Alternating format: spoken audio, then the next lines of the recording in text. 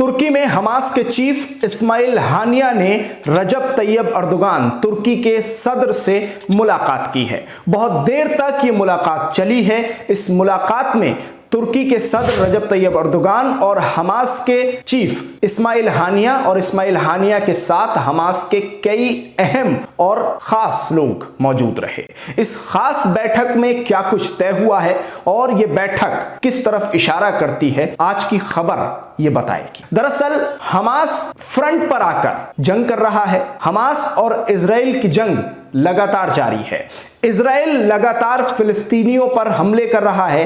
Gaza में ये हमले अभी तक रुके नहीं हैं। जहां एक तरफ ईरान और इजराइल का ये हमले वाला पूरा एक समय जो अभी आपने देखा था, जो अब गुजर गया, लेकिन वहीं दूसरी तरफ इसी के बीच आपको ये नहीं भूलना चाहिए कि इजराइल की तरफ से लगातार बमबारी गाजा पर जारी है।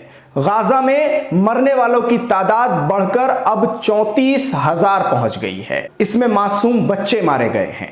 बेगुनाहों का कत्ल लगातार इजराइल की तरफ से जारी है और उस पर किसी तरह का कोई सीज फायर नहीं हुआ है। जबकि यूनाइटेड नेशन की सिक्योरिटी काउंसिल में इस बात को लेकर प्रस्ताव पास हुआ था, लेकिन हमने आपको पहले ही बताया था कि ये इजराइल है, ये किसी यूएन के कानून को नहीं मानता। ये अपना खुद का एक कानून रखता है और वो जुल्म का कानून है।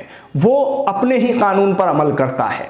इजराइल अभी भी बाज नहीं आ रहा है फिलिस्तीनियों पर हमले करने से, गाजा में बच्चों का नरसंहार करने से, कत्ल करने से, मासूम बच्चों को मौत के घाट उतारने से इजराइल बाज नहीं आ रहा है। भले ही यूएन ने प्रस्ताव पास कर दिया हो, लेकिन इजराइल नहीं मान रहा है, क्योंकि इजराइल के सर पर जिसका हाथ है वो है अमेरिका।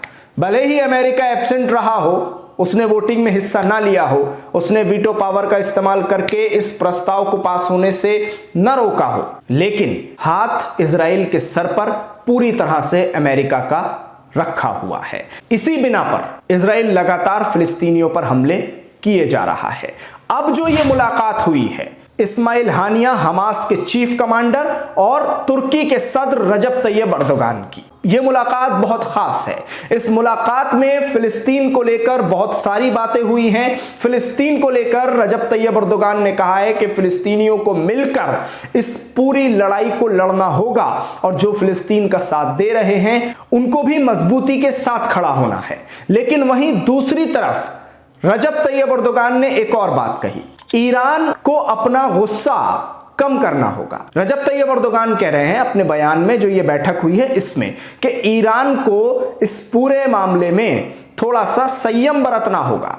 इजराइल और ईरान के बीच जो टेंशन्स है उसको थोड़ा कम करना होगा। ईरान को संयम से काम लेना होगा और ईरान का जो ये हमला इजराइल पर हुआ है उसको लेकर ये सारी बातें कही गई हैं। यानी बताने की कोशिश ये की जा रही है कि ईरान की तरफ से जो हमला किया गया है उस हमले को नहीं होना चाहिए था।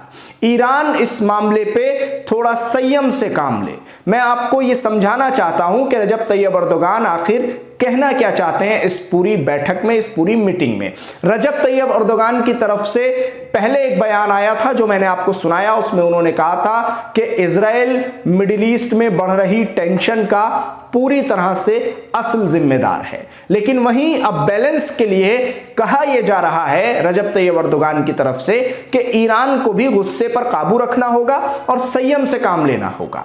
यह बातचीत हुई है हमास के चीफ और रजब तैयब अर्दोगान के बीच। इस बैठक का क्या मकसद है, आप क्या समझते हैं, यह कमेंट के जरिए हमें जरूर बताएं। शुक्रिया हमारे साथ इस खबर पर जुड़ने के लिए। अगर अभी तक चैनल को सब्सक्राइब नहीं किया है तो सब्सक्राइब करें, बेल आइकन जरूर दबाएं।